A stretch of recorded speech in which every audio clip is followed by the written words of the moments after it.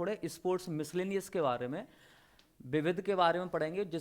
और हर एक अच्छी बात तो ये कि ये पोर्शन हर एग्जाम में बहुत अच्छा स्कोर करवाता है। वनडे एग्जाम की बात कर रहे हैं या आपके प्रीलिम्स की बात कर लें तो उन सारी चीज़ों में ये हमको मार्किंग ये करवाएगा कि खेल की बात करते हैं तो सबसे पहला तो ये कि हमने इन सभी जो भी आपको नोट्स मिलेंगे यहाँ से, इन खेल की इतिहास से लेकर के आपको करंट तक की जानकारी आपको एक साथ मिल जाएगी, कहीं भटकना नहीं है कि अभी हाल ही में कौन सा खेल कहाँ आयोजित होने वाला है, पहला खेल कहाँ खेला गया, पहला गोल्ड मेडल किसको मिला, भारत की तरफ से किसने नेतृत्व किया। ये सारी चीज़ें जो हैं हम एक ही स्थान पर पढ़ेंगे और एक ही जगह आपको मिल जाएगी। तो जैसे शुरुआत करते हैं कि सबसे पहले ये समझ लें खेल के प्रकार क्या होते हैं। हमने खूब खेल खेले भी हैं और लोगों को भी खिलाए हैं, लेकिन अभी तक हमको ये नहीं पता कि ये हमारे खेल के प्रकार कितने होते हैं। तो सबसे पहले बात की जाए कि खेलों के प्रकार की बात कर लें तो खेल को हम दो टाइप से बांटते हैं। एक तो होगा अपना स्थान के आधार पर। बात यह है कि भाई स्थान के आधार पर हम खेलों को किस तरह विभाजित कर सकते हैं।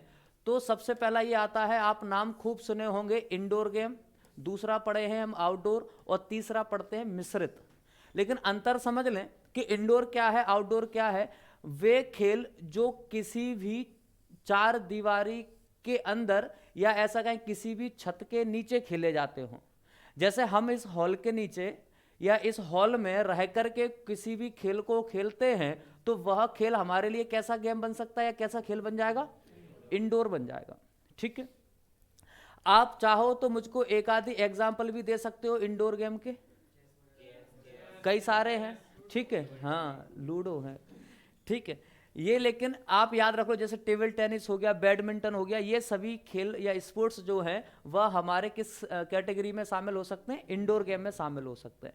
ठीक है, आउटडोर क्या होते हैं, वह खेल जो खुले मैदान में या आसमान के नीचे खेले जाते हैं उनको क्या कह सकते हैं, आउटडोर कह सकते हैं। ठीक है, अब ऐसा नहीं होगा कि ये आउटडोर गेम की कैटेगरी में आप इंडोर खिलवा दें। जैसे हम बात कर लें कि टेबल टेनिस आप लोग जानते हैं गेम का नाम है, ठीक है, हम खूब देखे भी हैं। अब टेबल टेनिस आप खुले मैदान में नहीं खेल सकते, कारण क्या है एक आदि बताओ। कारण यह कि इनकी जो गेंद रहती है बेहद लाइट वेटेड रहती, जरा सी हवा चली मैंने शॉट इधर मारा था वो कहीं और जाएगी, इस चक्कर में वो पूरा गेम क्या होगा, डिस्टर्ब होगा कि नहीं होगा।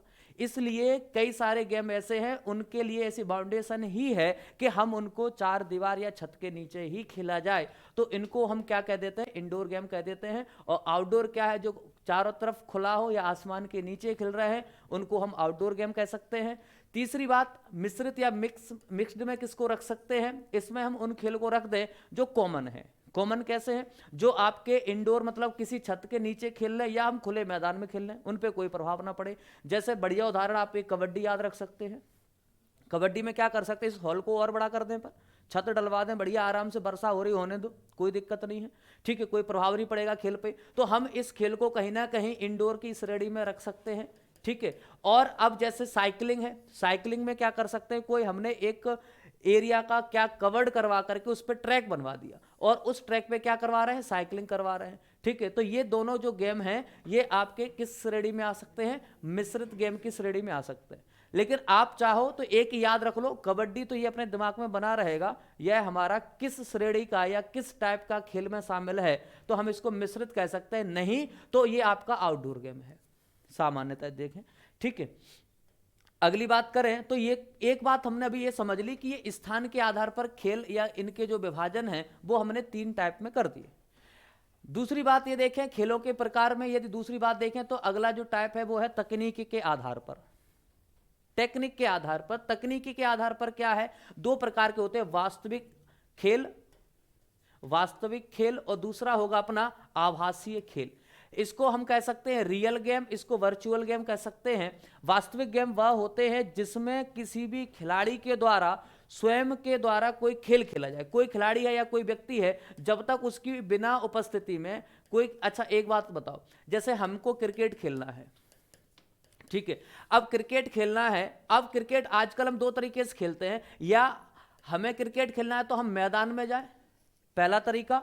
दूसरा तरीका मोबाइल उठा लें, बताओ दोनों में क्रिकेट खेल पाएंगे या नहीं?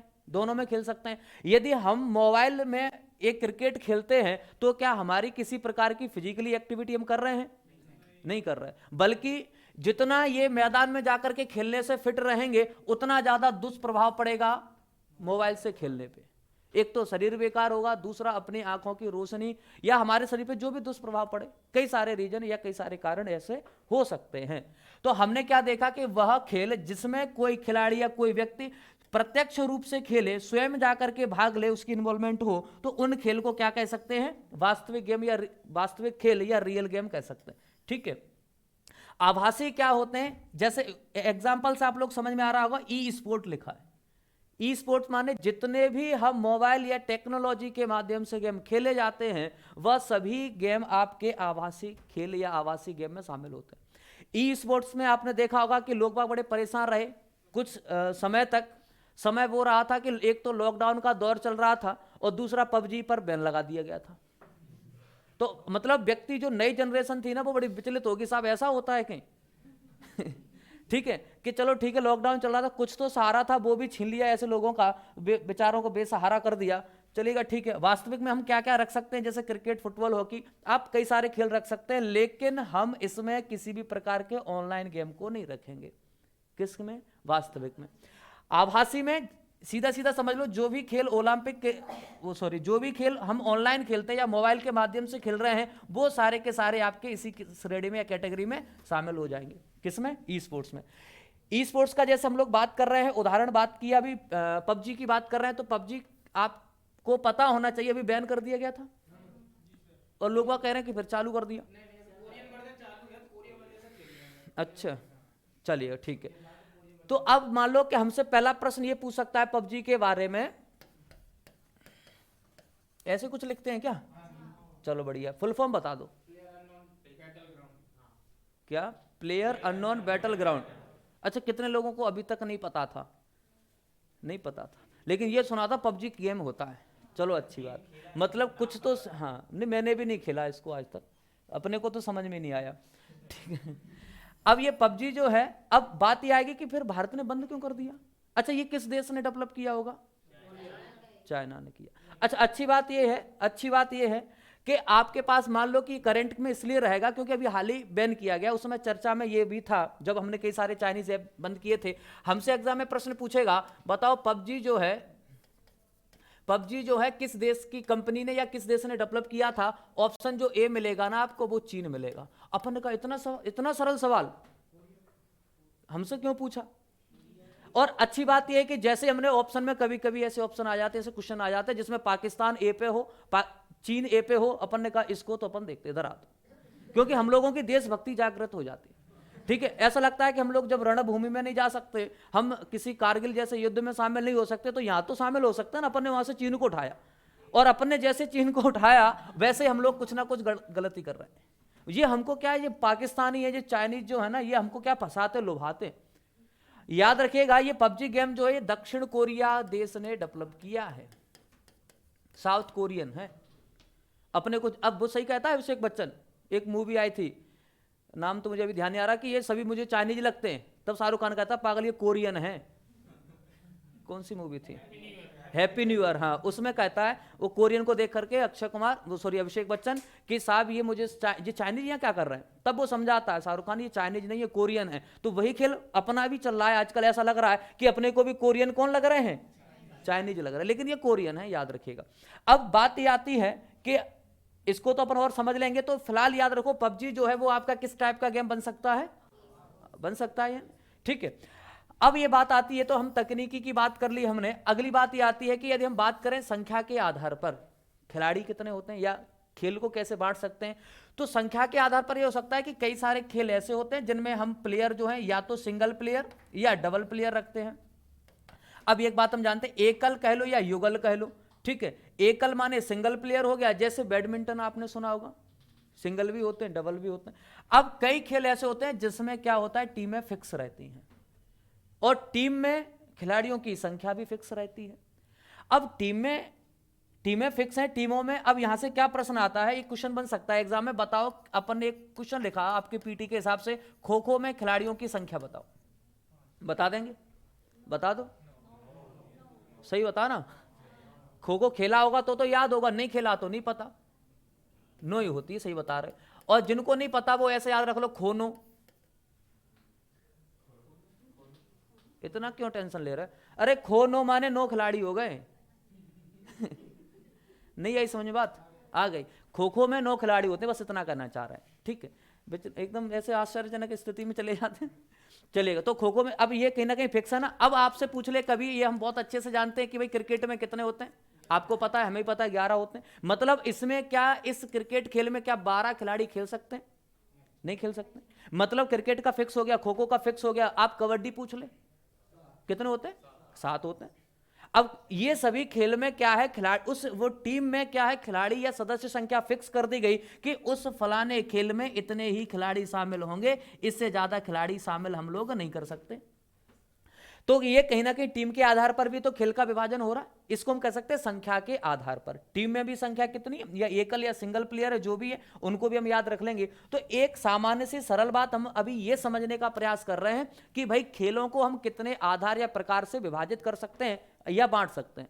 तो खेलों को बांटने के लिए हमने एक बात सरल से याद रख ली कि एक तो आप स्थान के आधार पर रख लो, जिसको इंडोर आउटडोर मिक्स कह रहे हैं। दूसरा आप तकनीक या टेक्निक के आधार पर विभाजित कर लो, जिसमें आप वर्चुअल या आभासी या रियल गेम कह सकते हैं, ठीक है। और तीसरा संख्या के आधार पर याद रख लो, जिसमें हमने एकल सिंगल प्लेयर या डबल प्लेयर याद रख लिया, और एक टीम के आधार पर याद रख लिया। तो सरल सी बात तो अपनी इतनी यहां तक की हो गई, ठीक है। इसमें कहीं आपको कोई कंफ्यूजन नहीं होना चाहिए, ना तो आपको आएगा, ठीक है।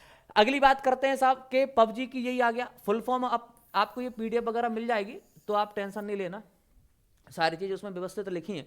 तो इसका फुल फॉर्म कभी भी हमसे पूछता है तो हमने याद रखा, आपको पहले से याद है, तो ये तो याद करना ही नहीं है। अगली बात करते हैं, ये दक्षिण कोरिया ने डेवलप किया था, कंपनी का नाम है व्यू हॉल। किस कंपनी ने डेवलप किया? क्योंकि करंट का विषय शायद कभी पूछ ले, ठीक है। और नहीं पूछेगा तो अपना क्या ले रहा है, अपने को तो याद है ही। जब इतनी सारा आपने कंटेंट याद रखा है, पढ़ रखा है, तो हम इसको भी याद रख लेंगे, क्या दिक्कत है, ठीक है। अगली बात करते हैं, एक शब्द सुना होगा एथलीट, एक शब्द हमने और सुना होगा उसी से रिलेटेड, एथलेटिक्स। अब एक बात बताओ कि एथलीट या एथलेटिक्स क्या है, तब तो आगे बात करेंगे। कभी एक शब्द और सुना होगा ट्रैक एंड फील्ड।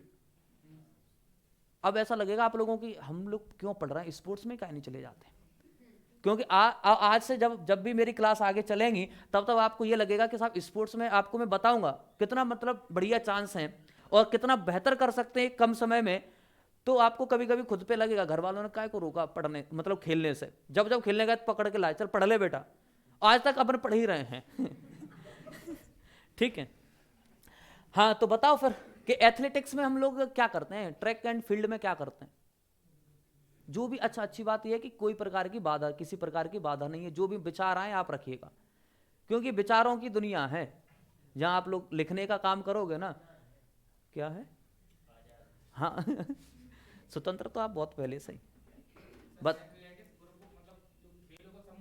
क्या बात, सही बताया। हाँ हाँ बस सही, जो भाग ले रहा है, हाँ सही है। और आप लोग सभी बता सकते हो, वो अकेला पेपर थोड़े ना देगा। आप लोग फॉर्म नहीं भरने वाले क्या? नहीं भर रहे? चलो ठीक है, कोई नहीं।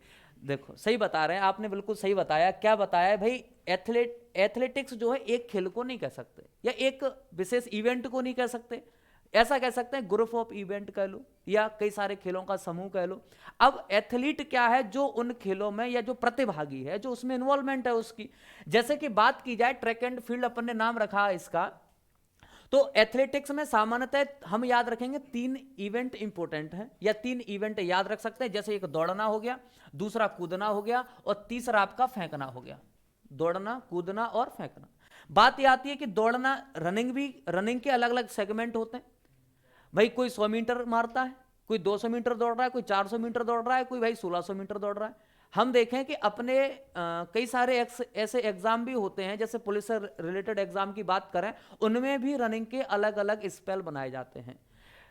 आज से लगभग हम लोग 4-5 साल पहले की बात करें, अपने एमपी की बात करते हैं, तो एमपी में एसआई की परीक्षा में क्या स्थिति थी कि वहां पे फिजिकल के 5 इवेंट हुआ करते थे, ठीक है। और उनमें से क्या था, अलग अलग रनिंग भी उसमें दो टाइप की थी। एक आपकी 800 मीटर की, एक आपकी 100 मीटर की, 2 टाइप की रनिंग थी उसमें। उसके बाद उसमें लंबी कूद, ठीक है, फिर ऊंची कूद, और फिर उसके बाद गोला फेंक। ये 5 इवेंट हुआ करते थे। ऐसा लगता था कि आपको वो भी कहीं ना कहीं क्या बनाने की कोशिश कर रहे हैं, एथलीट बनाने की कोशिश कर रहे हैं। ठीक है, और अपन कह भी सकते हैं, मैं कहीं कोई गलती नहीं है। अब जैसे देखें कि साहब या तो रनिंग 200 मीटर दौड़ रहा होगा कोई खिलाड़ी, या 200 मीटर दौड़ेगा, 100 मीटर दौड़ेगा, 400 दौड़ेगा या 1600 दौड़ेगा, ये अलग अलग सेगमेंट में होते हैं। ठीक है, और ऐसा नहीं कि साहब जो 1600 दौड़ रहा है वो कभी 100 भी दौड़ेगा। वो क्या है, स्टार्टिंग से अपना क्राइटेरिया या एम फिक्स कर लेते हैं, मुझको इसी फील्ड में दौड़ना है। अब क्या होगा भाई, जो 1600 मीटर मान लेते हैं ये 5 मिनट में दौड़ता है, थोड़ी देर के लिए मान लिया कि कोई ऐसा अपने पास रेसर है जो 5 मिनट में 1600 मीटर निकालता है। अब एक बात बताना, अब जो एक खिलाड़ी ऐसा होगा जो सिर्फ और सिर्फ 100 मीटर दौड़ रहा है, अब इसने जो 5 मिनट में अपनी पूरी स्ट्रेंथ लगाई थी, वो ये स्ट्रेंथ कहां लगाएगा, अधिकतम 10 या उससे कम सेकंड में लगाएगा कि नहीं लगाएगा। तो कहीं ना कहीं ये अलग अलग है, और ये क्षमताएं हम ऐसा नहीं कि आज 1600 मीटर दौड़ेंगे कल 400 दौड़ेंगे, तो वो अपने आप को उसमें ढाल ही नहीं पाएगा, फिक्स ही नहीं कर पाएगा। तो वो अपना एम स्टार्टिंग से क्लियर रखते हैं कि हमको इस सेगमेंट में दौड़ना है, वो उसी सेगमेंट, आपने सुना होगा जैसे कई सारे ओलंपिक आप लोग पढ़े होंगे डिटेल उनके बारे में। जैसे कोई खिलाड़ी 65 किलो में खेलता है, कोई खिलाड़ी 85 किलो की कैटेगरी में खेलता है, वो उनकी कैटेगरी फिक्स है उनके शरीर के वजन के हिसाब से। अब ऐसा नहीं कि 85 वाला जो कह रहा नहीं हम तो अब 65 किलो वाले से खेलेंगे, तो कहीं ना कहीं उनकी क्षमताएं अलग अलग होंगी ना। वो 65 किलो वाला हो सकता है हल्का आदमी है, वो 85 वाला ऐसे उठा के ऐसे करके पटक देगा, लो हो गई कहानी। ठीक है, तो उनके क्या है, सबके क्राइटेरिया फिक्स बनाए गए हैं। तो क्या देख रहे हैं अपन, एक तो 100 मीटर, 200 मीटर, 400, 1600 मीटर, ये रनिंग का एक पार्ट हो गया। दूसरा होता है सहायता दौड़, जिसको रिले रेस कहते हैं। रिले रेस देखी है? हाँ, खिलाड़ियों की संख्या अधिक हो सकती है। अब एक छोटा सा उदाहरण ऐसा समझ लेते हैं कि रिले रेस को हम कैसे समझे। रिले रेस को ऐसे समझो कि एक टीम को मान लो हमने क्या किया, 4 भाग में बांट दिया। ठीक है, एक टीम में मान लो अपने पास 4 ही खिलाड़ी थे, एक उदाहरण के तौर पे। एक खिलाड़ी ने इस पॉइंट से दौड़ना शुरू किया, यहां पे इसका एक खिलाड़ी खड़ा होगा, यहां से दौड़ के जाएगा, इसके हाथ में कोई भी स्टिक जैसी चीज हो सकती है, मानो कि अपन ये एक पेन टाइप की संरचना दे दी। वह यहां से दौड़ा, इस पॉइंट से दौड़ा, और इस पॉइंट पे एक अगला खिलाड़ी खड़ा था, ये पेन जो है या स्टिक जो है वो ले लेगा, और यहां पे उसको फिर अगला खिलाड़ी खड़ा मिलेगा, वो इससे ले लेगा। मतलब क्या है कि साहब ये सभी खिलाड़ी मिलकर के अपनी उस दौड़ को कंप्लीट कर रहे होते हैं, इसलिए हम इसको हिंदी में सहायता दौड़ कह देते हैं या रिले रेस कह देते हैं। अगली बात समझना कि इसमें हो सकता है कोई भी खिलाड़ी 3 राउंड तक फेल हो रहा हो, मतलब क्वालिफाई, मतलब या पीछे रह रहा हो। यदि माना कि ये चौथे नंबर पे जो खिलाड़ी खड़ा है वो उसेन बोल्ट है, अब उसके पास जैसे वो स्टिक आएगी, उसने यहां से एक स्पेल मारा और तुरंत सबसे आगे पहुंच गया, पहले स्थान पे पहुंच गया, तो ये ही विनर माना जाएगा। अब ऐसा नहीं होगा क्या तुम तो 3 राउंड में तो पीछे चल रहे थे और एकाएक 4th राउंड में आप आगे आ गए, तो आप कैसे विनर हो गए। तो भाई जो सबसे पहले लास्ट राउंड को क्वालिफाई करता है या पहले पहुंचता है वह विनर माना जाता है। ठीक है, एक छोटा सा उदाहरण मैं आपको बता दूं कि ये सारी चीजें जो है कहां गया, ये देखो रिले रेस, आप देख पा रहे होंगे, ये देख रहे हैं ना, ये सारी चीज क्या, ये रिले रेस है। बस यही होता है, ये खिलाड़ी इसका पॉइंट यहाँ पे खत्म हो रहा है, ये स्टिक इसके पास पहुंचेगी, ये दौड़ता जाएगा, आगे फिर खड़ा होगा। ठीक है, ये हो गई रिले रेस, मतलब आराम से दौड़ेंगे, कोई टेंशन नहीं। एक बार फुल अपनी स्ट्रेंथ लगा दो वहां तक पहुंचने में, क्योंकि अपने को पता है वहां पे तो खड़ा ही है दूसरा आदमी।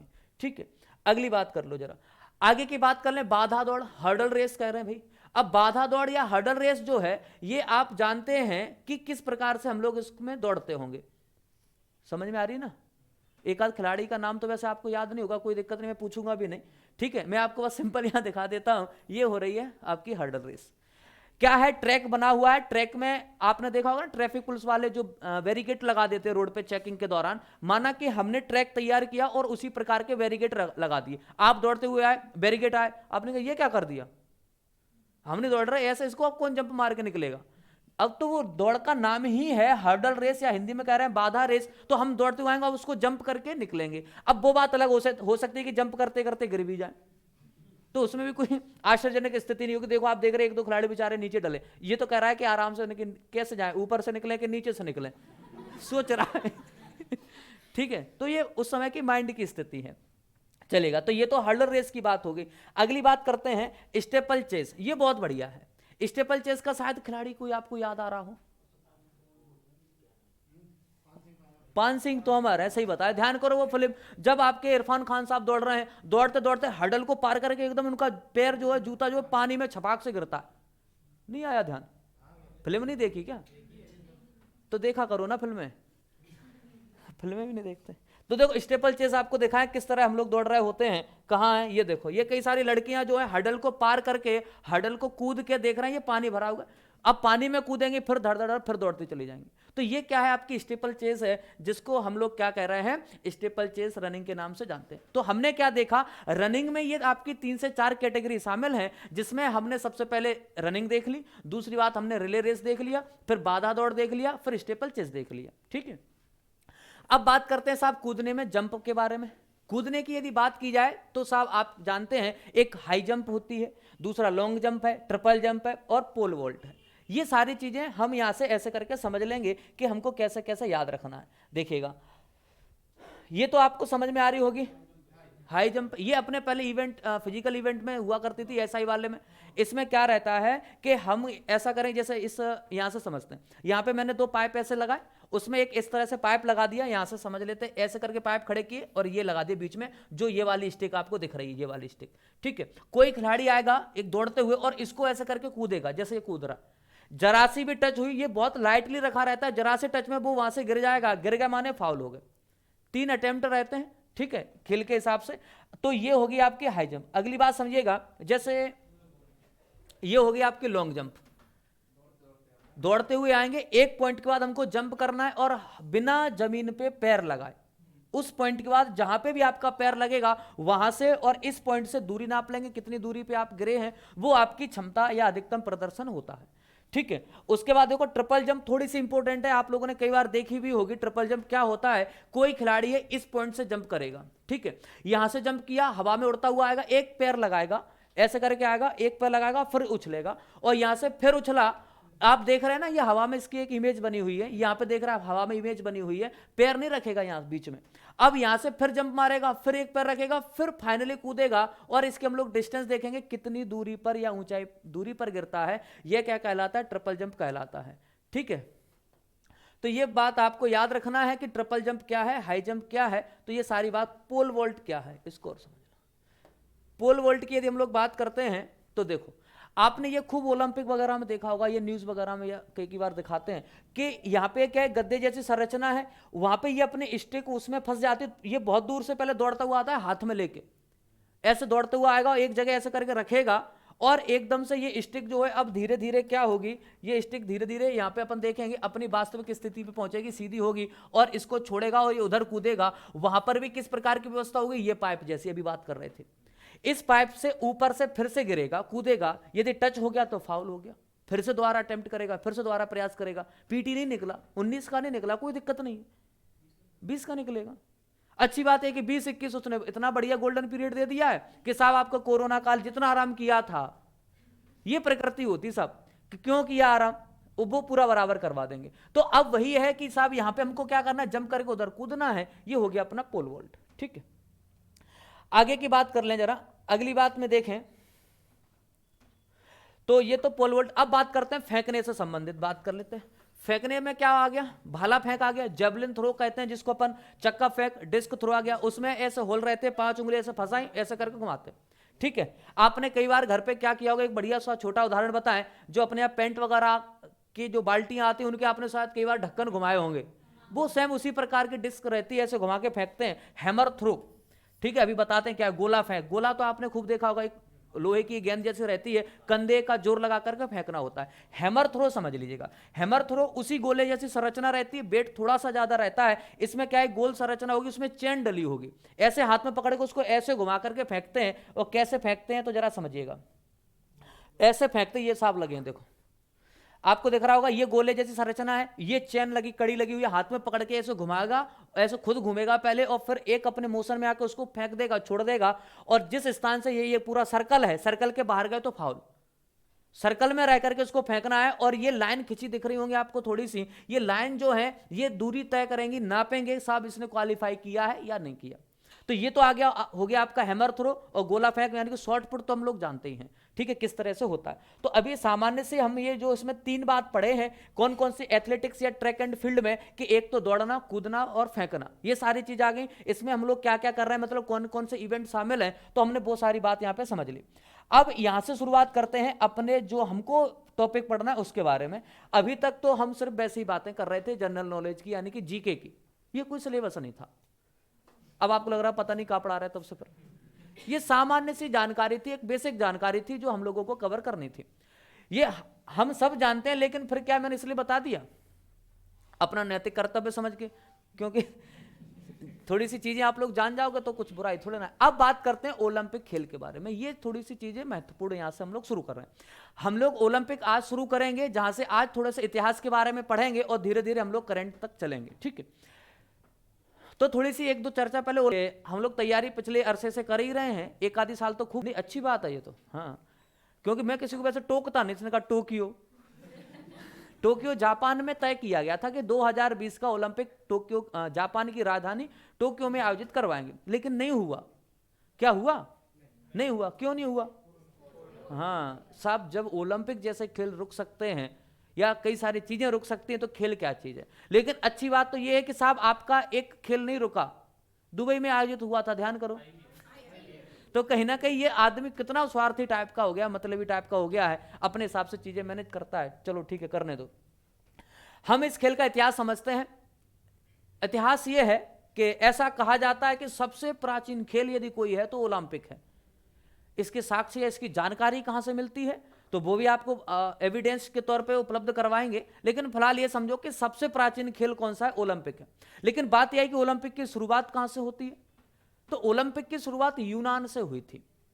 एक यूनान का शहर है एथेंस, ग्रीस, आजकल सुना होगा, राजधानी एथेंस भी है, ठीक है। तो अब हम बात करें कि साहब यहां से शुरुआत जो खेल की होती है वो कहां से होती है? यूनान से होती है। यूनान में एक वर्ष लेके चलें तो 776 ईसा पूर्व। एक बात समझना, अब ये थोड़ा सा यदि आपको इसमें कहीं किसी प्रकार की कंफ्यूजन ना हो तो मुझे बताना, ईसा पूर्व में और ईसवी में कोई कंफ्यूजन तो नहीं है? होनी भी नहीं चाहिए अपने को, है ना। तो फिर आगे चले, चलो ठीक। अब हमको यहां तक इसमें कोई कंफ्यूजन नहीं, तो अब यहां से शुरू करते हैं कि हमको ऐसा जानकारी मिलती है, एक बात पता चलती है कि सबसे पहले आपका ओलंपिक खेल जो शुरू हुआ था वो 776 ईस्वी पूर्व में हुआ था। मतलब एक आज से अंदाज देखें तो लगभग 2800 साल पहले एक खेल खेला जाता था जिसका नाम है ओलंपिक। अब आज से 2800 साल पहले, मतलब थोड़ा सा अपन और सोचें कि आप लोग कहीं ना कहीं वैदिक सभ्यता पढ़े होंगे, ऋग वैदिक काल पढ़े होंगे, और ऋग वैदिक काल का टाइम पीरियड थोड़ा सा ध्यान करो, याद आ जाए तो, है ना। हाँ बस 600 कह दो, पर डायरेक्ट 1500 से 600 के आसपास। तो ये तो कब की बात है? 776 की। तो लगभग अपने को ऐसा लग रहा है कि उसी टाइम पीरियड के आसपास की बात है। अब ऐसी स्थिति में हम लोग आज 2021 में चल रहे हैं, और ये 21 में अपन 2021 में 776 और जोड़ दें तो लगभग 2800 के आसपास हम लोग पहुंच जाते हैं। तो लगभग 2800 साल पुराना खेल है, इसकी जानकारी मिलती है ओलंपिक। अब बात ये आती है कि साहब इस खेल का नाम ओलंपिक ही क्यों रखा गया? कुछ और रख देते, जैसे हमने अपने यहां रखे जाते हैं किल्ली डंडा हो गया, ठीक है, अपने यहां कंचे खेले जाते हैं। लेकिन कहीं ना कहीं उस नाम रखने का कारण है, कारण यह बताया गया कि वहां पे एक शहर है जिसका नाम ही था ओलंपिया। या कुछ विद्वानों का एक मत और आया कि वहां पे एक पर्वत था जिसका नाम था ओलंपिया। आप लोग शायद कभी पढ़े हो निक्स ओलंपिया, ध्यान करो। तो कहीं ना कहीं एक जानकारी ये मिली कि एक पर्वत, निक्स ओलंपिया वैसे है कहां? हाँ, नहीं सोचो यूनान में लगा दो कभी, कि सर बता रहे थे एक दिन मेरे ऊपर रख दो। हाँ, तो अब जैसे कि बात अपन ये करें कि हमसे कभी प्रश्न ये पूछ ले कि इसका नाम, खेल का नाम ओलंपिक ही क्यों रखा, तो उसके दो रीजन बता देना। एक तो शहर का नाम ओलंपिया मिलता है, और दूसरा वहां के पर्वत का नाम ओलंपिया मिलता है। तो ऑप्शन जो भी दे, शहर का नाम देगा या पर्वत का नाम देगा। तो उसी आधार पर क्या किया गया, इस खेल का नामकरण कर दिया गया, नाम रख गया क्या? ओलंपिक। लेकिन 776 से ये लगभग 200-300 साल तक ठीक ठाक चलता रहेगा। लेकिन फिर क्या हुआ, एक रोम के राजा हैं, क्या नाम है इनका, थियोडोसियस, थोड़ा विचित्र टाइप का राजा था। इसने रोम का था, इसने यूनान पर आक्रमण कर दिया। इसको ये पता था कि यहां पे लोग वहां खेल खेलते हैं टाइम पास करने के लिए। इसने कहा हमारे रहते हुए कौन टाइम पास करेगा। तो आज से यूनान पर जब आक्रमण किया तो उसने कहा कि आज के बाद यदि यहां कोई खेल खेलते मिल गया ना तो सबको बंद करवा दूंगा। तो लोगों ने बेचारे ने भयभीत होकर के वो खेल बंद कर दिया। तो हमने क्या याद रखा, 339 ईसा पूर्व ईस्वी के आसपास। अब धीरे धीरे हम ईस्वी में आ गए। 339 ईस्वी के आसपास क्या हुआ, ओलंपिक खेल पर प्रतिबंध लगा दिया गया। अब कुछ समय तक ये खेल क्या रहेगा, बंद रहेगा। अब ये खेल बंद कर दिया गया, लेकिन आगे चल के फिर से चालू होगा। लेकिन अभी दो बात याद रख लो इतने से कि हमारा यदि सबसे प्राचीन गेम, अपना नहीं मतलब पूरे विश्व की बात कर रहे हैं, सबसे प्राचीन गेम या खेल पूछता है तो ओलंपिक आंसर कर देना। नाम के दो आधार बता दिए, एक तो शहर बता देना, एक पर्वत बता देना। और यह पहली बार कब खेला गया था तो 776 ईसा पूर्व में खेला गया था। कहां पे खेला गया था तो वो बता देना, यूनान का शहर एथेंस याद रख लेना, वहां पे खेला जाता है। ये दो बातें क्लियर हो गई। अब आगे की बात करते हैं। नामकरण की बात अपन ने यहां पे क्लियर कर ली, ओलंपिया शहर है या ओलंपिया पर्वत है। लेकिन आगे चल करके वर्ष याद रखना 1875 ईस्वी। 1875 ईस्वी में क्या याद रखें, एक व्यक्ति है जिनका नाम है कोटियस साहब, अर्नस कोटियस। ये व्यक्ति ऐसा समझ लीजिएगा एक आर्कियोलॉजिकल डिपार्टमेंट से संबंधित है। जैसे आप लोगों को याद होगा दयाराम साहनी, आप लोगों को राखलदास बनर्जी याद होंगे, तो हम इनको भी याद रख लेंगे। इनका नाम है अर्नस कोटियस, अर्नब नहीं है, अर्नस है, देख लो ध्यान से, ये अर्नस कोटियस है। नहीं तो कह दो अब बाद में बताएंगे, नहीं तो आप कभी कह दो कि अर्नस, चलो अर्नस कोटियस नाम याद रख लिया। ये क्या है, आर्कियोलॉजिकल डिपार्टमेंट से संबंधित है। इन्होंने क्या करवाया कि इस नगर या शहर में क्या करवाते, खुदाई करवाई। और जब इन्होंने यहाँ पे खुदाई करवाई तो वहां पे एक साक्ष्य मिले, कई सारे ऐसे साक्ष्य मिले, और इन्होंने ही बताया अपनी रिसर्च में कि साहब यहाँ पे तो एक खेल खेला जाता था आज से लगभग इतने साल पहले, और इसकी शुरुआत इनके द्वारा ही बताई गई थी कि लगभग इस समय के आसपास हुई होगी। तो कभी पूछ ले, बताओ सबसे पहले ये किस व्यक्ति ने बताया कि ओलंपिक खेल की शुरुआत 776 ईस्वी में हुई, या यह खेल ओलंपिक या यूनान में ही पहली बार खेला गया? तो नाम याद रख लेंगे, किसने बताया था, अर्नस कोटियस नाम के व्यक्ति ने बताया। अब ये इन्होंने खुदाई करवाई, कई सारे साक्ष्य मिले जो इन्होंने अपने एक रिसर्च के द्वारा फिर मार्केट में पब्लिश करवाए। तो ये बात धीरे धीरे पूरे में होती गई, लोग बाग समझते गए, ठीक है। और समझते जाएंगे तो लोग समझेंगे कि सबसे प्राचीन खेल जो है आपका ओलंपिक था। क्योंकि हम देखेंगे 1875 के बाद में अब इस खेल में कई सारी चीजें नई नई जुड़ती जाएंगी समय के साथ में, ठीक है। अब एक बात और समझ लेते हैं। फिलहाल बात अब ये समझना है कि ये, अच्छा, जैसे आपसे कभी पूछ ले कि बताओ विश्व या संसार में सबसे लोकप्रिय खेल कौन सा है, तो आप लोग हाल बता दोगे, फुटबॉल है। कौन सा खेल है? तो हमने याद रख लिया सब, सबसे लोकप्रिय खेल पूछता है तो आंसर होगा फुटबॉल। क्रिकेट तो सिर्फ उन देशों में खेली जाती है जहां पर ब्रिटिश लोगों की हुकूमत या सत्ता रही थी। क्योंकि हमको क्रिकेट खेलना आता नहीं था। यदि आप लोगों को आता तो आपने लगान देखी होगी, ठीक है। हाँ, अब समझ गए। क्योंकि हम लोग साहब कुछ और खेलों में माहिर थे, परफेक्ट थे, हमको ये खेल नहीं आता था। हमने चोरी छुपके देखा, सीखा, तब जाकर के इस खेल को हम खेले हैं। तो आप याद रखिएगा, इसकी लोकप्रियता उतनी नहीं है जितनी कि फुटबॉल खेल की है वैश्विक स्तर पे। इस खेल को तो हम अपने जैसे जो आदमी जिनको कुछ काम नहीं होता वो ज्यादा देखना पसंद करते हैं, ठीक है। आप देख रहे हैं ना कितना बड़ा स्टेडियम दिख रहा है, और अच्छी बात यह कि एक ही स्टेडियम में सारे खेल हम लोग खेल सकते हैं, इंडोर गेम को छोड़ करके। आप देख रहे हैं ये ट्रैक बना हुआ है, इस ट्रैक में दौड़ने भागने से संबंधित सारे काम हो सकते हैं, चाहे हर्डल रेस हो चाहे स्टेपल चेस हो, वो अपने हिसाब से मैनेज करते हैं। आप देख रहे हैं ये वाला एक अलग भाग दिख रहा है, इसमें हम लोग क्या करवा सकते हैं, जैसे लॉन्ग जंप है, हाई जंप है, शॉर्ट पुट है, ठीक है। ये मतलब ये हुआ, ये बीच का भाग भी खाली नहीं छोड़ेंगे, सबका सदुपयोग करते रहेंगे, कुछ भी नहीं छोड़ेंगे, एक हिस्सा नहीं छोड़ेंगे, पूरा सेटअप लगा देंगे अपना। और जब ये खेल की शुरुआत होती ना, तो ये विश्वास मानिएगा करोड़ों का इन्वेस्टमेंट होता है, इनकम भी होती है, ऐसी बात नहीं है। आपने देखें जैसे अभी हाल ही की बात कर लें, एक रियो ओलंपिक हुआ था 2016 में। तो ब्राजील का रियो ओलंपिक में जब ये आयोजन हुआ तब वहां की स्थिति समझ लें थोड़ा सा, कि उस देश को ऐसा लगा कि जैसे एक नए सिरे से डेवलप किया जा रहा हो। क्यों? क्योंकि देश विदेश के प्रतिभागी आएंगे, देश विदेश के लोग देखने आएंगे, और देखने आएंगे तो कहां पे देखने आएंगे, रियो में आएंगे, रहेंगे ना वहां पे, कुछ दिन तो रुकेंगे, तो पैसा किसको देंगे, अपने को मिलेगा, ठीक है। तो उन्होंने सोचा इन्वेस्टमेंट करो, जितना ज्यादा अच्छा सजाओगे, जितना ज्यादा पैसा आप इन्वेस्ट करोगे, जितना दिखेगा उतना बिकेगा, सीधी सी बात है। तो साहब वहां पे बहुत ही ज्यादा मात्रा में पैसा खर्च किया जाएगा। स्टेडियम को तो बहुत बेहतर तरीके से डेकोरेट किया जाता है, आप देख रहे होंगे। अच्छा, ये दिख रहा है ना आपको नीचे भीड़ भाड़ दिख रही है, इसमें ये सब अलग अलग इवेंट के लिए उन्होंने जगह सेटल की करके रखे, फिक्स करके रखे कहां पे क्या हमको खेलना है, ठीक है। अब यहां से इनके बाद आगे की बात करते हैं। अगली बात करें, यहां से क्वेश्चन हमारे पीटी के हिसाब से बहुत महत्वपूर्ण क्वेश्चन बनते हैं। पहला प्रश्न जो है सीधा फैक्ट वही लिखा है, और ये कई एग्जामों के लिए बड़ा महत्वपूर्ण प्रश्न बन सकता है, क्या कि प्रथम आधुनिक ओलंपिक खेलों की शुरुआत कब हुई? तो आंसर कर देंगे 1896, 1896 एथेंस में शुरुआत होती।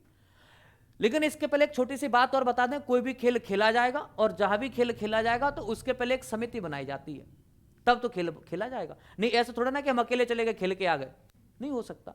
अब क्योंकि ये बड़े स्तर पे खेल खेला गया तो हम थोड़ा सा याद रख लेंगे कि जब ओलंपिक खेल की शुरुआत होती है तब एक वर्ष याद रखना, आंकड़ा याद रखना 1894, 1894, और यहां पे बात कर रहे हैं 1896, दोनों लिख लेते हैं यहां पे, दोनों को एक साथ पढ़ लेंगे, 1894 और 1896। एक व्यक्ति मिलेंगे आगे चल करके हमको, डी कुबर्टिन। अब 1894 में क्या हुआ, ओलंपिक समिति बनाई जाती, अंतरराष्ट्रीय ओलंपिक समिति बनाएगी। प्रश्न आएगा कि बताओ आईओसी इंटरनेशनल ओलंपिक कमेटी कब बनाई गई या अंतरराष्ट्रीय ओलंपिक समिति कब बनाई जाएगी, तो हम आंसर कर देंगे 1894 में बनाई गई। 1894 में समिति बना दी, ठीक है। और इसी समिति ने फिर अगला कमिट क्या किया कि अब हम क्या करेंगे, पहली बार अब खेलों का आयोजन करवाएंगे। तो अब पूछ ले कि बताओ ओलंपिक पहली बार मॉडर्न या आधुनिक तरीके से कब खेले गए, तो हम बता देंगे 1896 से खेले जाते हैं। और नहीं तो सबसे पहले कब खेले गए थे, तो आपको यह भी पता होना चाहिए 776 ईसा पूर्व में खेले गए थे, यह पहली बार की बात होगी। और अभी मैंने मॉडर्न या आधुनिक तरीके से कब खेले जाएंगे, तो 1896 याद रख लो।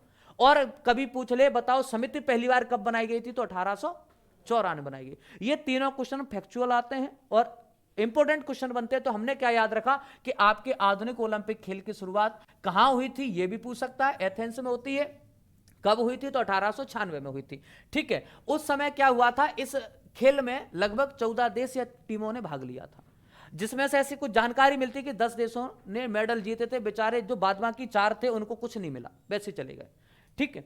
तो अभी फिलहाल हमको 3 बातें याद रखना है कि शुरुआत कहां से होती है, कहां खेला गया, और समिति बनाई गई थी, कब बनाई गई और कहां बनाई गई थी, वो सारी बात हम लोग अभी आगे करने वाले हैं। किस व्यक्ति के विशेष प्रयासों से समिति बनाई गई, क्योंकि पहली बार जब काम होगा ना तो किसी ना किसी व्यक्ति ने विकट मेहनत की होगी, उसमें कोई दो राय नहीं है, ठीक है। तो कौन सा ऐसा व्यक्ति था जो पूरा क्रेडिट लेगा ये समिति बनाने का। भारत में भी देखेंगे, भारत की तो ऐसी स्थिति रहेगी कि ऐसे ऐसे खिलाड़ी रहे भारत में, महान व्यक्तित्व वाले, जिन्होंने अपना घर गिरवी तक रख दिया ओलंपिक में शामिल होने के लिए।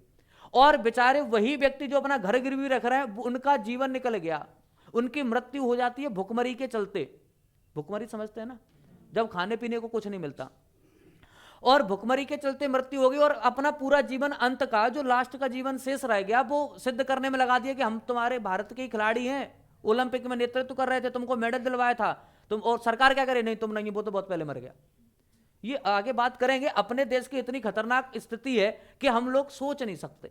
अपने को लगता है ना कि अरे देश में सारी चीजें बहुत बढ़िया चल रही हैं ना, तो तब बढ़िया चल रही थी, आज तो कह नहीं सकते, ठीक है। हाँ, तो अब अगली बात समझिएगा कि अब 1896 में जो हमने पहली बार ओलंपिक खेलना शुरू किया है, तो कहीं ना कहीं ऐसा तो हुआ होगा ना कि पहली बार ओलंपिक खेला है और उस पहले ही ओलंपिक में किसी ने पहला गोल्ड मेडल लिया हो।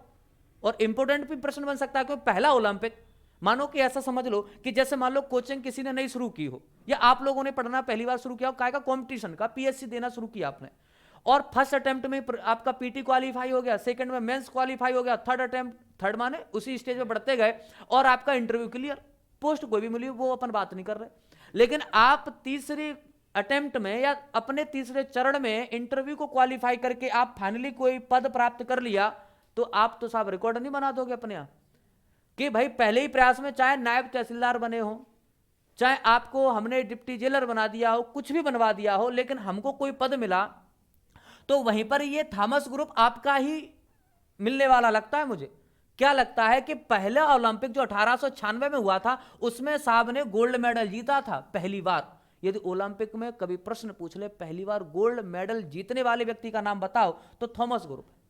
अब इस व्यक्ति ने गोल्ड मेडल जीत लिया, अब ये तो साधारण सी बात होगी, लेकिन अब हमसे यहां से अगला एक प्रश्न बन सकता है। प्रश्न ये बनेगा कि आपसे पूछ ले बताओ ओलंपिक खेल के प्रकार या विभाजन बता दो, तो हम इनको क्या करेंगे, दो भाग में बांट देंगे। लेकिन याद रखना शुरुआत में ओलंपिक का कोई भेद नहीं था, कोई टाइप नहीं थे। 1896 से लेकर के एक बात और समझना कि 1896 में प्रत्येक ओलंपिक खेल के बीच में 4 साल का गैप होता है, ये बात तो हम जानते हैं, ठीक है। जैसे हम लोग अब यहां से बात करें कि 1896 में शुरुआत कर रहे हैं, तो अब हमको एक बात पता चल गई कि अगला गेम कब होगा, 1900 में होगा। अगला खेल अब 1900 में खेलेंगे, फिर कब खेलेंगे, 1904 में खेलेंगे, फिर कब खेलेंगे, 1900। ये क्रम अब लगातार चलता रहेगा 4-4 साल गैप के दरमियान। तो अभी तक क्या था, इसमें कोई भेद नहीं थे, कोई टाइप नहीं थे, कोई प्रकार नहीं थे, एक ही खेल खेला जाता था जिसको हम अभी ओलंपिक कह रहे हैं। ना तो इसका कोई अभी तक नामकरण हुआ, कहीं कोई दिक्कत नहीं है। तो अभी हमने देखा कि 4 साल के गैप में ये खेल खेला जाता है, लेकिन जैसे जैसे समय बढ़ता गया, जैसे जैसे समय बढ़ता गया, समय बढ़ते बढ़ते आपका पहुंचेगा 1924। कहां पहुंचे हम लोग? 1924 पे पहुंचते हैं। तो कुछ लोगों ने दिमाग लगाया कि हम ऐसा करते हैं कि इन खेलों में थोड़ा सा विभाजन कर लेते हैं। अब विभाजन यह किया गया कि ओलंपिक को 2 भागों में बांट दिया जाएगा। एक को हम लोग कहेंगे ग्रीष्म ओलंपिक, एक को कह देंगे शीत ओलंपिक। ग्रीष्म ओलंपिक और शीत ओलंपिक, इसको कह सकते हैं आप लोग समर ओलंपिक, और इसको कह सकते हैं हम लोग विंटर ओलंपिक। ठीक है। अब समर ओलंपिक जो है या विंटर ओलंपिक जो है, अब प्रश्न एक और पूछेगा, बताओ आपके ग्रीष्म या समर ओलंपिक की शुरुआत कब से हुई थी? तो हमारा आंसर होगा 1896। और फिर पूछेगा शीत या विंटर की शुरुआत कब से हुई थी? तो हम आंसर करेंगे 1924 से। अब एक बात समझना कि ये तो खैर अपना शुरुआती वाला ही है, यहां पे कोई समय का विभाजन है ही नहीं, लेकिन यहां की विंटर की बात कर लें तो यहां पे विभाजन क्या था वो समझना। इन दोनों में जो गैप है वो समझना कि आपके शीतकालीन यानी कि समर ओलंपिक और आपके विंटर ओलंपिक के टाइम ड्यूरेशन में जो गैप होता है वो आपका होता है 2 साल का। जैसे एक उदाहरण से समझ लेते हैं कि आपको पता है कि 2000 साल में रियो में ओलंपिक हुआ था, और हमें यह पता है 2016 में रियो में हुआ था, और 2018 में आपका विंटर ओलंपिक होता है दक्षिण कोरिया के प्योंगचांग शहर में। तो अब एक अंदाज देखें कि 2016 के बाद अब आपका ग्रीष्म ओलंपिक होना था 2020 में, टोक्यो जापान, जो अभी अपन बात कर रहे थे। तो कहीं ना कहीं इन दोनों में कितने साल का गैप हो गया? 4 साल का। और अब जैसे 2018 में यदि 4 जोड़ देंगे तो 2022, ये जो सीक्वेंस है ये आपका विंटर ओलंपिक का टाइम ड्यूरेशन हो गया। तो आप देख रहे हैं 16, 18, 20, मतलब 16 के बाद 18, ये 2 साल का गैप होता है किसी भी समर और विंटर ओलंपिक खेलों के बीच में। तो क्या प्रश्न या क्या क्वेश्चन बन सकता है? बताओ 2 ग्रीष्म ओलंपिक खेलों के बीच में कितना डिस्टेंस या टाइम ड्यूरेशन का गैप होता है? 4 साल का, 2 ग्रीष्म या 2 आपके समर में, और समर विंटर पूछेगा तो 2-2 साल का। ठीक है, ये बात हमने यहां से याद रखी। तो देखो यहां से वही बात लिखी कि समर ओलंपिक पहली बार आपका 1896 एथेंस में खेला गया था, और दूसरी बात विंटर ओलंपिक की शुरुआत कहां से होती है? 1924 फ्रांस से होती है। ठीक है, फ्रांस ओलंपिक। एक बात और याद रखना, कोई ओलंपिक जिस देश में खेला जा रहा है उस देश के बाद वही ओलंपिक जोड़ करके उसका नाम बन जाता है। मान लो कि यहां 2020 में आपका टोक्यो में होता तो उसको हम कहते हैं टोक्यो ओलंपिक। ठीक है, आपके रसिया में हुआ तो रसिया ओलंपिक, 22 में आपका बीजिंग में होगा बीजिंग ओलंपिक, मतलब जर्मनी के बर्लिन में हो रहा है बर्लिन ओलंपिक। जिस देश में खेला जाएगा, जिस शहर में खेला जाएगा, उस देश या शहर का नाम से हम उसको ओलंपिक के नाम से संबोधित करेंगे। वर्ष याद रख लेंगे आगे चल के, जब जब खेला जाएगा तब तब। तो अगली बात समझते हैं, जरा यहां से समझते क्या है कि समर ओलंपिक जो हाल ही में आपका आयोजित हुआ था, समर ओलंपिक जो हुआ था रियो। अच्छा, आप जरा थोड़ा सा सोच समझ के बताना, जो ब्राजील का एक शहर है रियो डी जेनेरियो, एक शहर का नाम है, वो किस कॉन्टिनेंट में आता है? सही है, तो ठीक है, क्योंकि यहां पे गलत लिख गया, मैंने कहा शायद अपन देख के बता दें, चलेगा। तो ये आप याद रखिएगा कि ये शहर ब्राजील है, और ब्राजील फेमस है कई सारी चीजों के लिए, जैसे हाँ, और एक अमेजन भी कुछ है यहाँ पे, रिवर है। दक्षिण कोरिया की, अरे दक्षिण कोरिया का, दक्षिण अमेरिका की जैसे बात करें तो आपने देखा होगा वहां की कोई एक नदी जो है अपने आप में एक बड़ी विशेष है, अमेजन बहती है ना। अरे हाँ ना तो करो, भूल गए क्या? नील नदी कौन सी महाद्वीप में बहती है ये बता दो? अकेले अफ्रीका में बहती है। ठीक है, और अमेजन कहां बहती है? दक्षिण अमेरिका में। तो अब समझना जो सेलवास है वो भी कहीं ना कहीं इसी क्षेत्र में इसका कुछ भाग पड़ता है। सेलवास फेमस है, आपको पता है, सघन वन है, वहां पर देखेंगे वन्य जीव जंतु हो गए, चाहे आपके किसी प्रकार के पेड़ पौधों की प्रजाति होगी, चाहे जीव जंतुओं की प्रजाति होगी, सबसे ज्यादा प्रजाति आपके सेलवास में पाई जाती है। ठीक है, आपको वो चर्चा में सेलवास इसलिए रहा था क्योंकि पिछले वर्ष में 2020 के शुरुआती दौर में देखेंगे कि वहां पे भयंकर या भीषण आग लगी हुई थी, फिर उसके बाद ऑस्ट्रेलिया में वो आग आई। मतलब कहीं ना कहीं ये दौर ऐसा चल रहा है, पहले तो साहब प्रकृति ने जो जीव जंतुओं को तो उनको अपने अंटे में लिया, फिर उसके बाद ऑस्ट्रेलिया पहुंचा, वहां पे कंगारू फंगारू टाइप के जितने भी थे उनको सबको बेचारे को जिंदा भून दिया। फिर उसके बाद भारत में, मतलब भारत का विश्व में मनुष्यों पे नंबर लगा दिया उसने कि अब इनको देखते हैं, इनने भारी क्या किया है, अतिक्रमण मचा के रखा हुआ है। ठीक है, तो फिर भारत मतलब सभी लोगों पे नंबर लग गया। तो देखो अब जैसे रियो डी जेनेरियो की बात कर ले तो अभी हाल ही 16 में हुआ था, इसलिए हम इसको रियो ओलंपिक कह सकते हैं कि नहीं कह सकते, बताओ। अब इसको हम लोग रियो ओलंपिक कह रहे हैं, तो रियो ओलंपिक कब होगा, 16 में। अब जैसे पूछ ले हमसे कि अभी आयोजित होने वाला था टोक्यो जापान में, अब वो कब आयोजित होने वाला था, 2020 में, लेकिन ये नहीं हुआ। क्योंकि नहीं हुआ का कारण हमको पता है कि कोविड के चलते इस पर क्या लगा दिया गया, प्रतिबंध लगा दिया गया, क्योंकि भीड़भाड़ इतने बल्क में ज्यादा होती है कि जिसकी कोई सीमा नहीं। अब ये कब होगा, तो अब 21 में होगा, इसकी प्लानिंग अभी चल ही रही है। तो अब कभी पूछ ले कि साहब अब कभी पूछ ले बताओ कि ये टोक्यो 2020 का ओलंपिक का आयोजन किस वर्ष होगा, तो हम आंसर कर देंगे 2021 में होगा। तो हमने 21 याद रख लिया क्योंकि इसकी प्लानिंग चली रही है। विंटर की बात कर लेते, विंटर मैंने अभी बताया साउथ कोरिया के प्योंगचांग शहर में आयोजित हुआ था। कब हुआ था, 2018 में। अब कहां होगा, चाइना के बीजिंग में आयोजित होगा, और ये होगा आपका 2022 में। ठीक है, तो ये तो सरल सरल सी बातें हैं। ठीक है, यदि हम लोग बात ये देखें कि रियो ओलंपिक जो शुरुआत हुआ खेल की शुरुआत हुई थी अभी 2016 में, कब से हुई थी, तो 5 अगस्त 2016। डेट चाहो भूल जाओ तो कोई समस्या नहीं है, लेकिन वर्ष नहीं भूलना, वर्ष आपको, क्योंकि यहां से इस टाइप से क्वेश्चन बन सकता है। एक बात और देख लें, थोड़ा सा इसको अपन जोड़ करके पढ़ लें, 2016 के वर्ष को क्या जोड़ करके पढ़ लें कि आपका रियो यहां पर तो ओलंपिक करवा रहा है 2016 में। ठीक है, ये तो बात हम बहुत पहले से जानते हैं। क्या मध्य प्रदेश ने भी कुछ विशाल आयोजन करवाया था 2016 में, ध्यान करो। क्या मध्य प्रदेश में भी कोई इसी प्रकार के विशाल कार्यक्रम का आयोजन हुआ जिसमें विशाल जन सैलाब जुड़ता है या जोड़ा गया?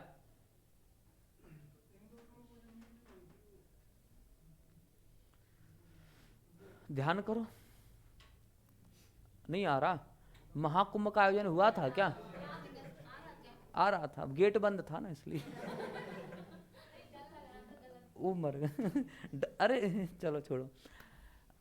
अच्छी बात यह है कि कुछ भी मन में आए, क्लास की मर्यादा हो तुरंत बता दो, कोई दिक्कत वाली बात नहीं है। ठीक है, तनाव नहीं लिया करो, जो भी मन में आए फटाक से बता दो। उससे क्या होगा, उससे ये होगा कि गलती तो होगा बस और कुछ नहीं होगा।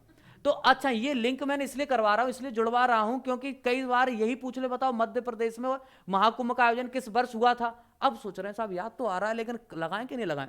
तो अब हमने याद रखा कि साहब अंतर समझना हमारे कल्चर में, अंतर समझना संस्कृति में, कि जब रियो ओलंपिक करवा रहा होता है, महाकुंभ करवा रहे होते हैं। इतना अंतर है मध्य प्रदेश की संस्कृति में और रियो की संस्कृति में। यहां पर साहब अपन क्या कर रहे हैं, शाही स्नान ले रहे हैं और वो अपने दूसरे शाही स्नान ले रहे हैं।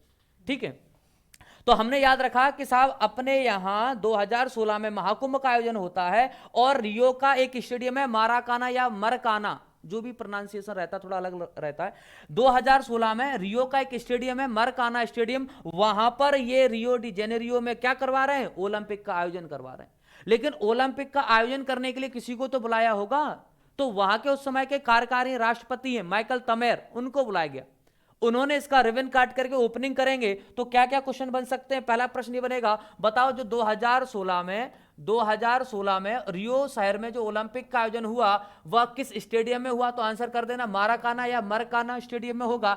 ठीक है, और वर्ष तो आपको याद है 2016, और किसके द्वारा इसका उद्घाटन किया गया था, तो नाम याद रख लिया, माइकल तमेर नाम के व्यक्ति हैं, जो कौन है, वहां के राष्ट्रपति हैं। कहां के हैं, तो याद रख लो ब्राजील, रियो के नहीं कह देना रियो शहर है ऐसे में, क्योंकि एक दो बार बोला भी होगा शायद, ध्यान दिया हो। ब्राजील का शहर रियो डी जेनेरियो, याद रखना, ब्राजील का शहर रियो डी जेनेरियो, उसमें आयोजित होता है। इस खेल का शुभारंभ जो है वहां के तत्कालीन या कार्यकारी राष्ट्रपति के द्वारा, माइकल तमेर के द्वारा किया गया था। ठीक है, तो अब जैसे माना कि हमसे क्या क्या क्वेश्चन पूछ सकता है, यह प्रश्न पूछेगा 2016 ओलंपिक कहां हुआ, रियो में हुआ।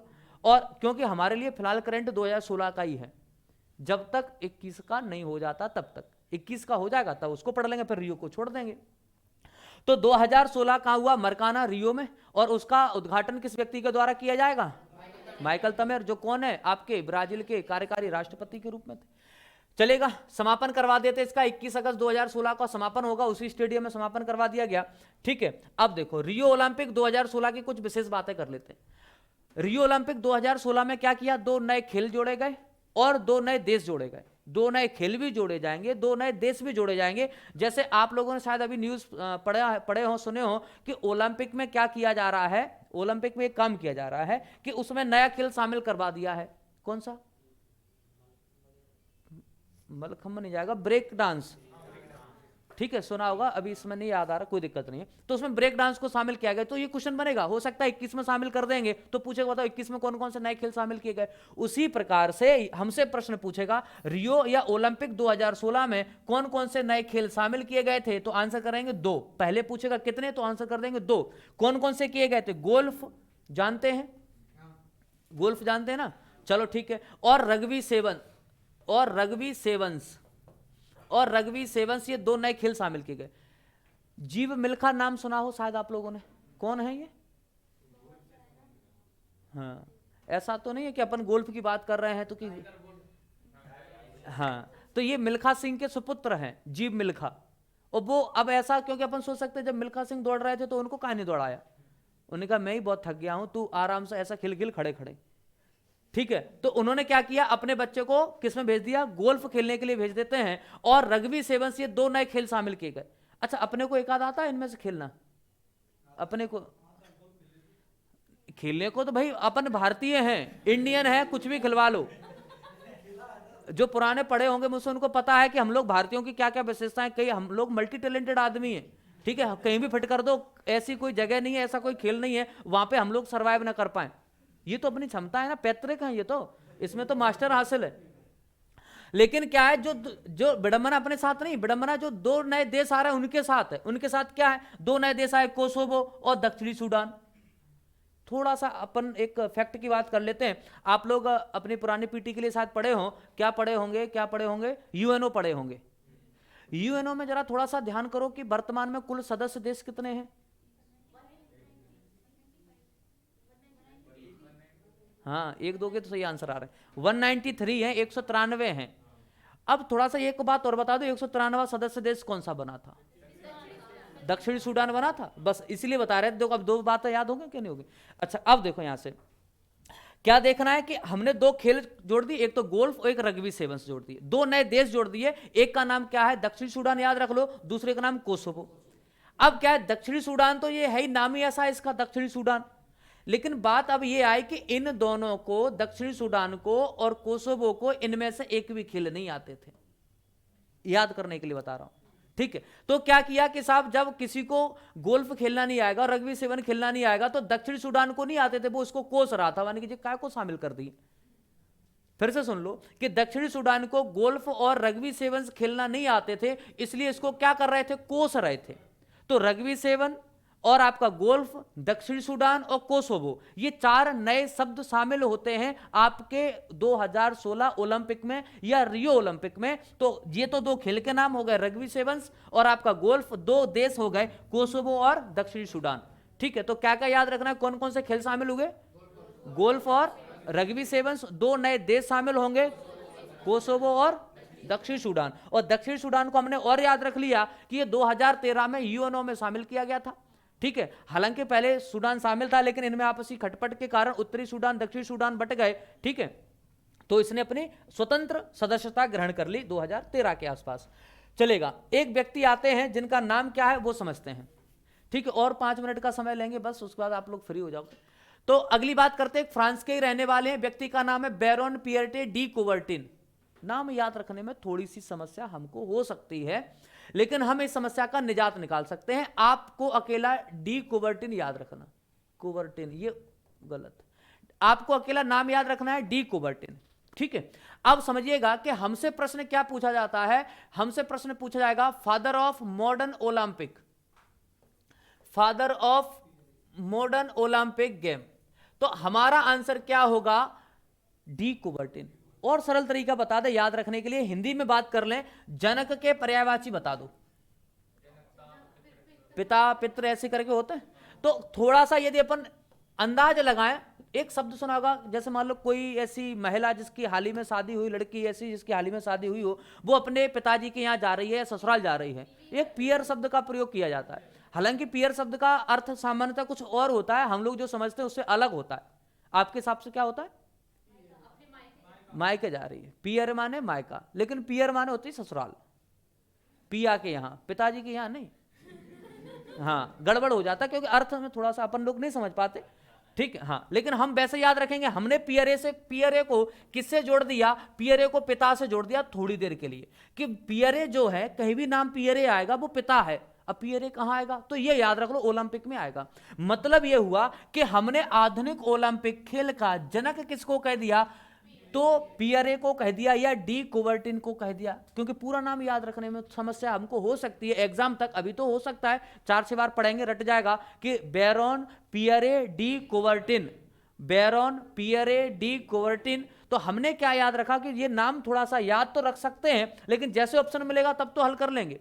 लेकिन फिलहाल एक याद रख लो कि आपके पियरे डी कुबर्टिन जो है वो ही आपके कौन है? फादर ऑफ मॉडर्न ओलंपिक कहलाते हैं। ठीक है, ये लाइन याद समझ में आ गई? ठीक है, अगली बात देखो। अब एक बात बताओ, जो व्यक्ति किसी का जन्म दे रहा है तो जिम्मेदारी उसके ऊपर ही है। हम लोगों की जिम्मेदारी बखूबी माता पिता निभा रहे हैं, नहीं कहते बेटा तू जान तेरा काम जान, अपने को क्या लेना देना। तो अब डी कुबर्टिन नाम के व्यक्ति हैं, उन्होंने साहब जिम्मेदारी बहुत शानदार तरीके से निभाई। क्या निभाई? 1894 में इनके द्वारा अंतरराष्ट्रीय ओलंपिक समिति बनाई जाएगी। अभी थोड़ी देर पहले बात कर रहे थे। क्या प्रश्न आएगा हमसे? क्वेश्चन ये पूछा जाएगा, बताओ आपके आधुनिक ओलंपिक खेल के जनक कौन है? D Coubertin. ठीक है, फिर प्रश्न पूछेगा, बताओ ओलंपिक समिति जो बनाई गई किस व्यक्ति के प्रयासों से बनाई गई? तो उसी के प्रयासों से बनाई गई थी, डी कुबर्टिन के प्रयासों से बनाई गई। कब बनाई गई थी? तो 1894 में, यानी कि 1894 में बनाई गई। ठीक है, अब बन गई समिति, बन गई। अब कहीं ना कहीं खेल खेलना शुरू होगा, लेकिन समिति बनाई कहां गई थी? तो बनाई जाएगी फ्रांस में। और फ्रांस क्या एक देश है, उसकी राजधानी क्या है? पेरिस है, और एग्जैक्ट जगह सुखोन या सखोन है। तो हमने ये सारी बातें एक साथ याद रख लें कि आपके बैरोन पियरे डी कुबर्टिन ने क्या किया कि 1894 में एक ओलंपिक समिति बनाते हैं, अंतरराष्ट्रीय ओलंपिक समिति बनाते हैं। कहां पे? आप ये सारी चीजें भूल जाओ, अकेला सुखोन या सखोन याद रख लो। ये है कहां पे? फ्रांस में है। तो हमने क्या याद रखा? फ्रांस में ही इनके द्वारा सखोन या सुखोन नामक स्थान पर क्या किया जाता है? ओलंपिक समिति की स्थापना की जाती है या ओलंपिक समिति बनाई जाती है। ठीक है, ये लिखा है नाम, इसका हम लोग याद रख लेंगे, क्योंकि हमसे क्वेश्चन क्या पूछेगा? बताओ आईओसी की स्थापना कहां की गई थी? तो आंसर क्या करेंगे? आंसर अपना ये होगा सुखोन में की गई थी, या फिर फ्रांस में, पेरिस में, जो भी। ठीक है, एग्जैक्ट यही जगह हुआ करती थी। कब की गई थी? तो 1894 याद रख लो। यदि बात की जाए वर्तमान में, आपसे पूछ लेगा आईओसी का मुख्यालय कहां है, अंतरराष्ट्रीय ओलंपिक कमेटी का मुख्यालय कहां है? तो लुसाने है। कहां पे आता है? स्विट्जरलैंड में आता है। तो हमने ये भी याद रख लिया कि इसका हेडक्वार्टर कभी पूछ ले, मुख्यालय कभी पूछ ले, तो हमारा आंसर क्या हो जाएगा? लुसाने, स्विट्जरलैंड में हो जाएगा। समिति कहां बनाई जा रही है? सखोन, फ्रांस में। ठीक है, और आपका हेडक्वार्टर कहां बनाया जा रहा है? स्विट्जरलैंड के लुसाने में। ठीक है, अब देखें कि अगली बात, एक छोटा सा करंट का क्वेश्चन है। 2019 में एक अपडेट आया था। क्या अपडेट किया इन्होंने? अपने ओलंपिक भवन के नाम में थोड़ा सा चेंज कर दिया है, उसका नाम रख दिया गया ओलंपिक हाउस। ओलंपिक हाउस, क्योंकि हमसे पूछ सकता है बताओ हाल ही में किस खेल संस्था के द्वारा या हाल ही में किस अंतरराष्ट्रीय खेल संस्था के द्वारा अपने मुख्यालय का नाम बदल करके या नया नाम क्या रखा है? तो ये परिवर्तन किया है ओलंपिक भवन, जो इनका नाम हुआ करता था, मतलब उनके यहाँ जो भी कहते होंगे, इन्होंने नया नाम रख दिया, उसका क्या? ओलंपिक हाउस नाम रखा है, नया नाम। ठीक है, तो ये तो चीज अपनी आज तक की यहां तक की कंप्लीट हो जाती हैं। इसमें कल हम लोग आगे की बात करेंगे, कौन कौन से अध्यक्ष थे, कब बनाए गए, क्या क्या कहानी है, तो इसको फिर हम लोग कल कंप्लीट करते हैं। नमस्कार, धन्यवाद।